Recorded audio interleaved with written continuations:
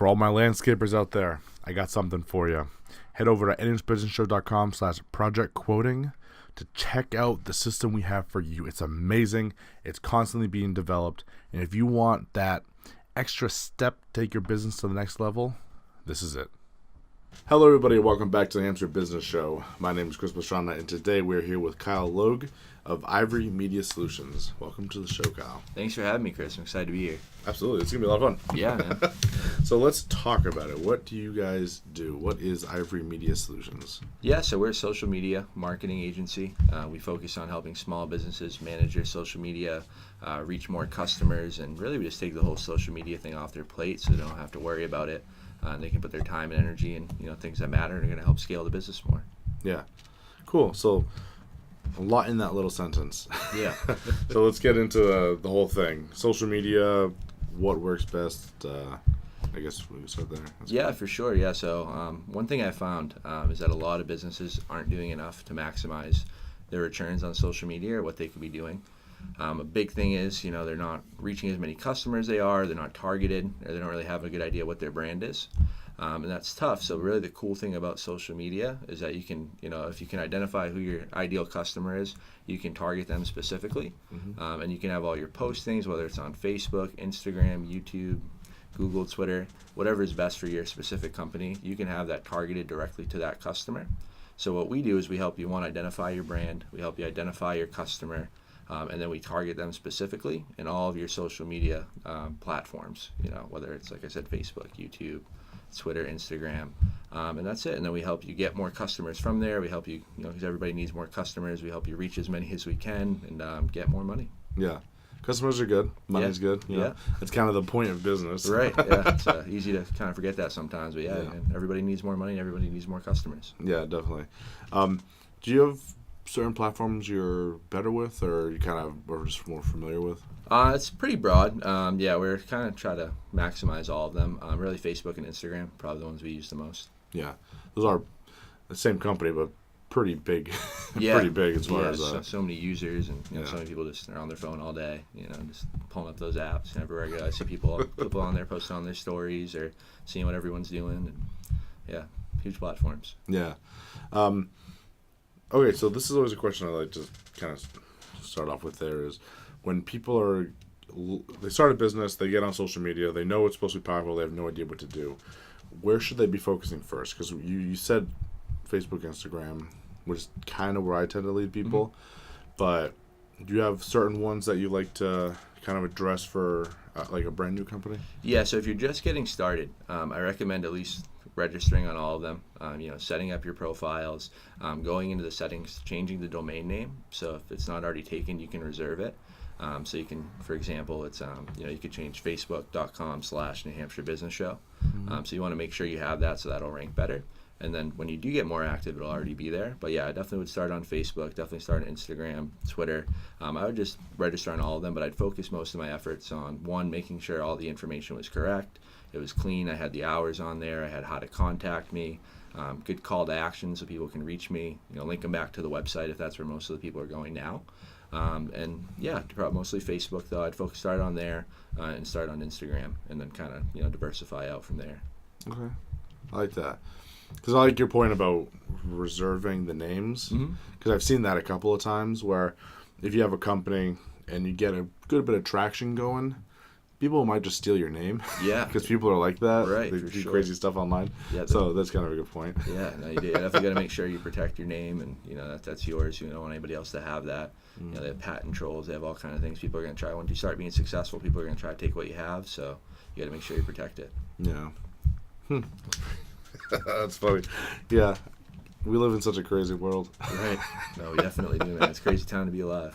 Yeah. It's great. It's kind of amazing in its own rights, but man, technology is something else. Yeah. So how do you keep up with it all? That's probably a good question. It's time consuming. Yeah, it really is. It's really just, I'm always trying to learn. I'm always trying to read. I have certain people that I follow. I follow Grant Cardone, like we were just talking about. Ty Lopez is another big person. Really, the people that are really, making big waves on social media, or people that are really dominating their industry. I try to follow up and model what they do. I'm a big fan of Tony Robbins. He said, model what works. Find someone that's achieved the level of success that you want, and then model what they do, because success leaves clues. But yeah, really just always learning. There's a lot of great websites out there. There's blogs. The information's there. You just have to put the time in. And like we were just talking about with technology, it's there. It's a great time to be alive, because you can pull up your phone, pull up your laptop, and you can literally learn anything at the drop of a hat. You just have to put the time in and put the energy in. Yeah. It's an amazing point. Like I say this all the time. Like, you have this little thing in your pocket that has like unlimited access to knowledge, like right there for you. And people don't utilize it for anything besides cat pictures or something crazy. Yeah, no, it's like anything. You kind of you put in what you get what you put in. So if you use it for productive means, it can be a great tool. Yeah, cool. Probably getting off track here from what your company does. So let's get back on the company. Why the name? Like, tell me a little bit about the history of like the name, and because I think you have a partner. Yes, it's me and my fiance, Yeah. Brittany. She loves elephants. It's kind of the simplest way. But yeah, really kind of like what they represent. They represent luck, longevity, health, happiness. They're amazing creatures. Very wise. And yeah, kind of stuck. We're going through names, and wanted something personal for her, because when she first started, she actually started the company. I was helping from the background. I was focusing on some of my other stuff. But then once we got it running, we found a name that meant something to her. So yeah, we picked the name, and once we had it going, I kind of jumped in both feet and jumped on board too. Cool, I like that. So how is it running a company with your partner? Yeah, a lot of people ask me that. Yeah, yeah, it can be tough. We have a great relationship, so it's good. It's trying, like anything can be. So yeah, we try to definitely have our own roles. You really have to kind of define, like with any business partnership, you have to define who's doing what. What the other person's responsibility is. She's more the poster. She's the one actually going in, researching the company, doing a lot of the back end stuff. I'm usually out meeting people, doing the business development, reaching out to companies, trying to find people we want to work with. Yeah. And then we have separate areas. She works upstairs. I work down in the basement. Kind of gives us a bit of space, and just kind of keep it separated. It ties together. Obviously, you can't keep it completely separated, but when work's done, work's done. Mm-hmm. I really like those couple of points. It's like you even have different workstations. Right. Like I like that. That's like a good, very good forward thinking plan. Right. Yeah. Oh, that's too funny. What was I gonna say? About 15. Cool. So Ivory Media Solutions. You decided you guys like social media. You saw a benefit there that you could get for other people. Mm-hmm. So you just took off and went running from there? Yeah, so really for a long time, we were trying to find out what we wanted to do. She has a retail background, so she was managing a bunch of different stores for different companies, but the most recent one was Brookstone down in Kittery. And she was managing the store there. She was managing other stores throughout New England. She had, I think, like 5 or 6 different stores, if I'm not mistaken. Mm-hmm. But they recently closed all those stores, and she saw a lot of her friends and people she was working with basically just, lose their jobs, and, people that are working with the company for 20 plus years, and, they were just kind of out. They didn't really, some people they offered positions to other places, I don't know how many actually were able to find other positions, so it was just kind of tough. And then she worked at 9 West before that, and, really a bunch of the retail stores she was working at were just closing down. And then it was just tough. So for a long time, she wanted something different even before it closed. She started taking classes. We did the Ty Lopez SMMA class. Yeah. Because we kind of realized, social media would be great. She loves interacting with people, taking pictures, posting, and really she's a very visual person. So I thought, kind of for a long time, what are your strengths? What do you think would be good? Where can we, put those into something you'd enjoy doing and be happy doing every day? So that's kind of how we landed on the social media, and as well as, a lot of my previous businesses. Once I really started to focus on social media and focus on marketing, it really kind of made the businesses grow rapidly. Yeah. Because word of mouth is great.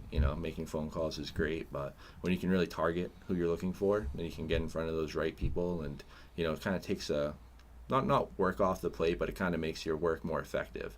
So you can work harder and smarter at the same time, which I always think is beneficial. Yeah.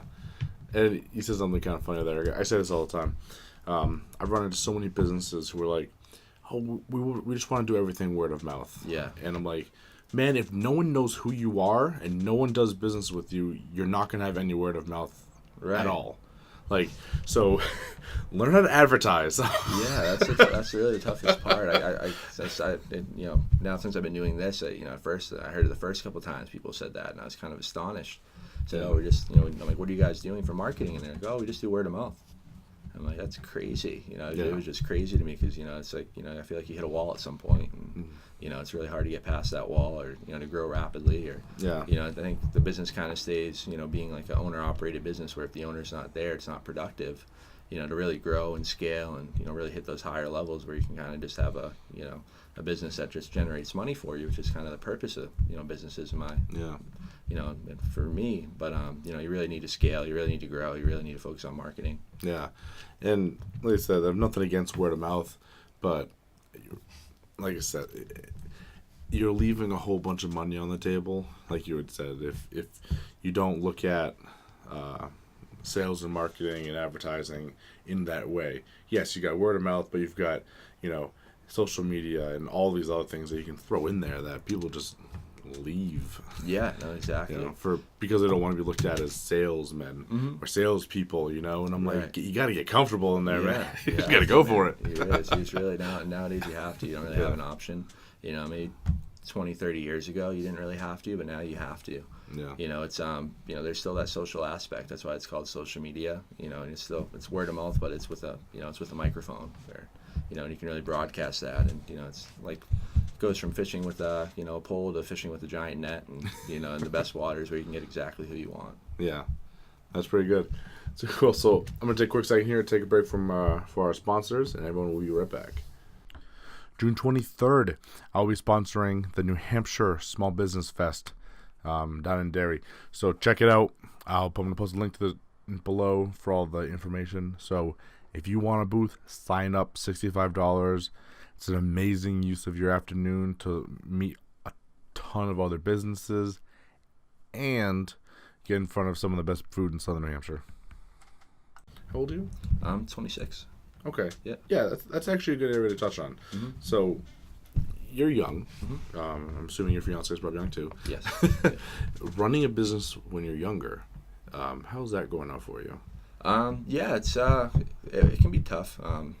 For sure. I think really age is just, it's just kind of in your head. But, I think it's good for the social media aspect because I feel like a lot of people that are older don't know social media. Mm-hmm. And, they say, hey, this person's young. They know social media. So it can kind of, it's beneficial there. But I feel like in other ways people can kind of underestimate you or, just think, I think it's my first business or I don't know what I'm doing. But yeah, it's tough, really. I think the trick to anything is just getting started and doing it.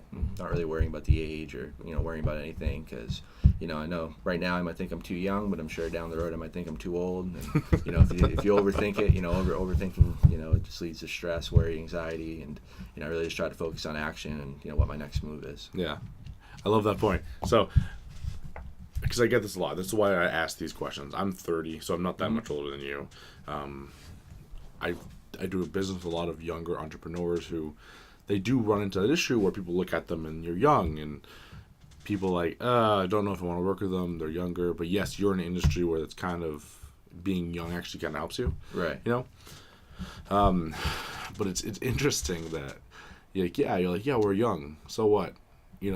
People who are starting to get up there start thinking they're too old to start a business, so they never do. Right. And so where's the perfect, line of... It's not there. Yeah. It's never perfect. Where's that perfect place where you have enough experience to start a business, but, I'm like, no, you just start a damn business. Right. No, exactly. That's it. That's the thing. It's always so easy to think of a reason not to and think of a reason to hesitate or what could go wrong, but really just do it. Yeah.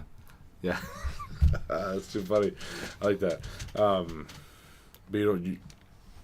like you had said, you probably don't run into too many issues with people kind of looking down on you for being young. I don't know. I think, I just try to surround myself with people that are positive. I think when I do a lot of networking. When I meet someone, if I like them, great. And I love to build a relationship. Ideally, I like to work with people. People like working with people they like. I do too. But yeah, if we hit it off, great. If not, we don't. Cool. Yeah. Like I said, I like bringing this point up because I think especially with what we get online with social media and all that stuff, we get a lot of very negative views of a lot of things. Mm-hmm. So if you're out there and you want to start a business, okay, don't listen to the people on social media. It is okay that you're young. Right. People probably aren't judging you as much as you think they are. Right. For it, right? Yeah. So, just go do what you want to do. Yeah, I think that you said it perfectly there. If you think it's an issue, then it's an issue. Yeah. If you're thinking, oh, I'm too young, I don't have enough money, I don't have enough this, I don't have enough that, you're going to portray that, and people will pick up on that, and then you'll start seeing it everywhere. Kind of law of attraction type of thing. Yeah. But yeah, really just don't think, just do it. Yeah. I listened to he's kind of a coach. He's a salesman coach named Ryan Stewman. I don't know if you're familiar with him at all. I'm not, no. But he has this thing where he calls it the law of average, Mm-hmm. where he's essentially talking about, people bring average to themselves. Right. And then when you do that, you just kind of keep becoming average. So if you like want to break out of average, you need to start doing, better and better things. Okay. So it's kind of like what you said. You're going to bring on a lot of your own problems and strife and all that stuff. And Exactly. if I'm going to have to check that out. Law of average, you said? yeah. Okay. So if you got to get rid of the law of average. If you're Yeah. thinking average, you're going to be average. Right. You get what you go after. Yeah, definitely. So I think we talk about things way other than social media this entire time. Where do you see social media moving in the near future? I see it growing. I see it just getting bigger and bigger. Yeah. I see it, really kind of taking more and more, kind of where people are going to talk. I feel like, there's groups on there. You can connect with everyone. And I just see it getting bigger. I don't know down the road if it's going to be the same platforms. I'm sure there might be some new platforms, that might take over and become more popular. I see, really if the social media platforms don't adapt, there's going to be something new that does, do what people want. But, I see really kind of us going more and more of a socially connected, world. And, we're really very online based. And, if you look kind of the history, we're getting more and more connected. I don't see that changing. Yeah, that's cool. Do you see any platforms that you think are going to explode and do really well? Maybe something not on mainstream? I think not any specifically that I know, but I think there'll be one that we don't know yet. We don't know the name that we haven't heard of, so I think it'll just be a new one that it'll be people are using it because it's something new and it's different, and and then kind of like with Snapchat, with the stories, how then Instagram and Facebook started doing them. So I think there'll be something new that'll start doing something, and then the other companies will either adapt and catch up or they won't. Yeah, that's pretty cool. I like that because I like seeing all of it change, and it's kind of fun to see. And I would like to get back to a time where we sit down and talk more in person, because I think people don't do that enough. Right. But social is kind of where it's going, and it's going to keep going that way for sure. Yeah, and it's social's a great way to set up face to face. I love face to face. I love meeting a person. Video is great too. You can kind of see a person with video, and I think we'll keep getting closer to that face to face interaction. But it's social is also a great way to meet more people and get in front of more people in real life too. Yeah. I would love to see VR being introduced. Right. Yeah, that's kind of what I was thinking in my head. Social environment. Yeah. That'd be awesome. Almost like the old school chat rooms. Right. I don't know if you remember those from when we were younger, but you sit there and you can talk to a bunch of random people in a chat room, but like VR. That'd be so cool. Yeah, well, I thought it's coming. It's going to be in our lifetime for sure. Yeah, definitely. So I keep saying get back to the business thing. So let's get back to this thing. So when you're running a social media pages for a business, essentially, what type of things to keep in mind as far as like their image, and what do you do for them? I think that's how you said the image. I think the hardest thing first is identifying their image. Brand image, it's kind of a hard thing for someone to think about themselves. It's really where outside perspective helps, because, like we're talking about the person or a business, they can kind of have a lot of thoughts or worries or, maybe I'm this, I'm that, kind of have a lot of conflicting beliefs. But from an outside observer, it's a lot easier to kind of see, hey, this is what you portray. This is the customers you're looking for. This is what we should do. So it's I think that's really helpful. But really, it's just identifying that brand, then identifying their ideal customer, who's their dream customer. If they could work with anyone, cut everything else out. If they had their dream customer, who would that be? And then we're gonna help you find a strategy. We're gonna go get those customers for you. Yeah, that's pretty cool. So you really help narrow down the niche that person's supposed to be in. Right. Kind of what you're saying. Mm-hmm. If I got that right. Yeah, and exactly. I think that's huge. You know, it kind of took me a while to realize just, obviously, at first I'm like, oh, I'd like to do business with everybody. But, you really need to be targeted because there's so many other companies out there. There's so many other, competitors that you have. To set yourself up, you need to find out who you want to go after, and you need to target those people, and you need to kind of, have your business, your brand point to, who you're trying to target and what you're trying to do. Yeah. Huh, that's pretty cool. So I'm saying that's one of the biggest issues companies have. Right. Like, is narrowing down their damn target market. I don't know how many times I've got to say this, that each company has a target market. Okay. I've gone on, I don't know how many times I've gone on this tangent just offline with people. I'm like, who's your perfect customer base? And they're like, oh, everyone. And I'm like, just stop saying everyone. Right. You have a target. Yeah. You might bleed over and get people from other markets, but there is a segment that you're marketing to. Right. And if you don't know that, you're either getting extremely lucky, right, or just lucky. Yeah, or, it's like you're driving blind. Eventually, it's not gonna end well. Yeah. You can go a little bit and get out of the driveway, but Yeah. So that's good. That's a good benefit to have as far as your company and, I guess, bringing an outside pair of eyes. Yeah, and I think really the most important thing too is with social, with everything, whatever you're doing online marketing, when these people click on you, what are they seeing? What's, having a nice website, you need to have that, obviously. It's kind of a reflection of you. You wouldn't want someone to come into your storefront and to be dirty and, not to be clean and be unorganized and not be able to find someone and get information. You need to have that same outlook online.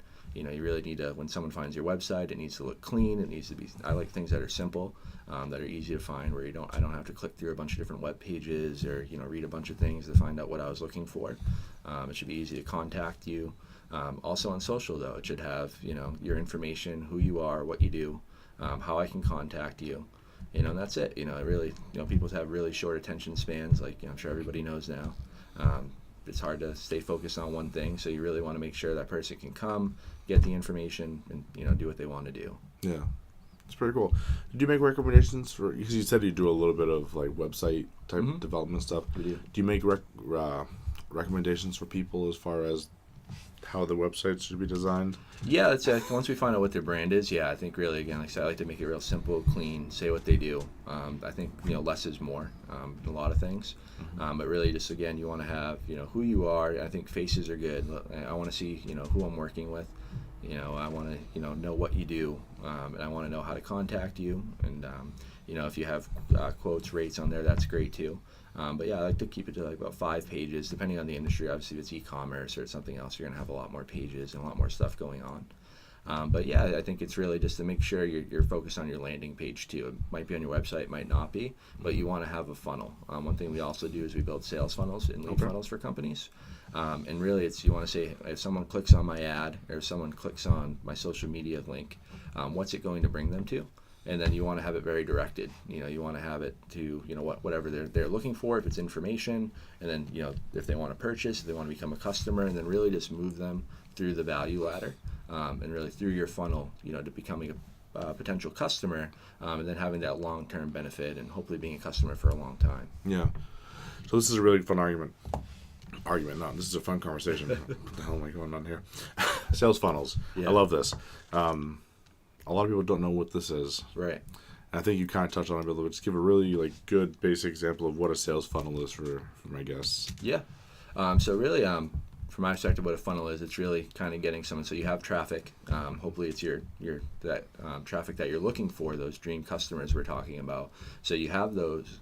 They're already somewhere. They're online. They're congregating somewhere. Whether it's on Facebook pages, whether it's on blogs, Reddit, anywhere. They're out there. There's people that want your product. They want what you have.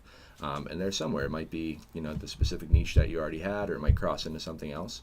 But so you have the audience, and then you need to bring them through your funnel. So the first step is to offer them something, whether it's some free information, a free consultation. It differs on your business. So offer them something free, offer them something with value that they're actually going to need. Once they have that value and they see you're a person of value that can help them, you then bring them through the funnel, which, depending on what you offer, For example, if you're a dentist, you might offer them a free tooth cleaning. Come on in. Once you're in there, you do the X-ray. You're doing the evaluation. You see there's more stuff they need, and then you upsell. Maybe they need whitening. Maybe they need a tooth repaired, and you kind of just keep moving them all the way up. And then you just make sure you keep their information so you can keep them in the loop. You should be doing email marketing. You should really just letting them know any deals that you have. But once you move them through the funnel, hopefully you've at least given them a chance to, one, get the free information, and two, see what you have to offer and what they need. Obviously sales is all about finding what someone needs, and you don't want to sell them something they don't need. But find what they need, offer it to them. Bring them through the funnel from, the lowest price product all the way to the highest price product that you offer, depending on the customer. And then make sure you keep them as a customer, keep them happy, keep up to date with them. You need to follow up with them. And, that's really where social comes in. That's where everything comes in. And it's, just making sure you're taking care of your customer. Cool. I like that. Yeah. So I keep trying to tell my audience, sales funnels are important. Right. You need them because in the digital world, you need a digital salesman. For sure. So that helps. Yeah, and it's like I said, working smarter and harder. Yeah. You can really maximize your efforts. You can work hard and not get anything done. But if you really just use a few strategies, it's just small changes. 2 millimeter changes can really drastically change your business, and hopefully give you more free time and more time to focus on scaling the company and get whatever your goals are, and focus on that. That's pretty cool. Yeah, because I was talking about earlier, Ryan Stewman. Mm-hmm. He what was he saying? Oh, he says people typically go about their day, especially online, without any sense of purpose to it. There's no reason. There's nothing. So it's really easy to catch them when you have a reason and a purpose for it. So when your content is, like a sales funnel, it's up there for a purpose. Like, you can catch a lot of people off guard and you make a lot of money. Right. So it's kind of that new age of, salespeople is literally just completely digital. For sure. No, that's really my background was in sales. When I first started, I did pretty much every type of sales. I did car sales, door-to-door sales. I sold Kirby's, pretty much everything, phone sales. And then, once I started to realize the value of selling online, then I didn't really have to. I could put in the same energy just online and then just have it duplicated. It was a game changer. Yeah, and that's where a lot of entrepreneurs are going. And once you understand that, that's when they're moving to, work for themselves instead of working for someone else. Right. It doesn't make sense otherwise. No, definitely not. Yeah, it's pretty cool. So people that want to reach out to you, learn some more about funnels or social media marketing or all these types of things and want to get your services, how do they get in touch? Yeah, so probably on social media would be best. So again, Kyle Logue, KYLELOGUE. But you can follow me. It's The Real Kyle Logue, so The Real KYLOGUE. That's Facebook, Instagram, LinkedIn. But reach out to me. I'd love to connect. If there's any way I can help, if any way I can provide value, feel free to reach out. My door's always open. Awesome. So thank you so much for joining me. It's been a lot of fun, and this is actually longer than most of my normal interviews, so this is pretty awesome, good. Chris. Well, hey, thanks for having me. This is great, and I really enjoyed coming down. Absolutely. So thank you guys so much for watching. I hope you all enjoyed and learned something today. Get on the funnel train, I keep telling you. And I'll see you all in the next interview. For following the New Hampshire Business Show, I'm going to grant you the greatest gift ever, and that's knowledge. So head over to nbusinessshow.com/audible to get access to your 30-day free trial and your free audio book for being a supporter of the New Hampshire Business Show.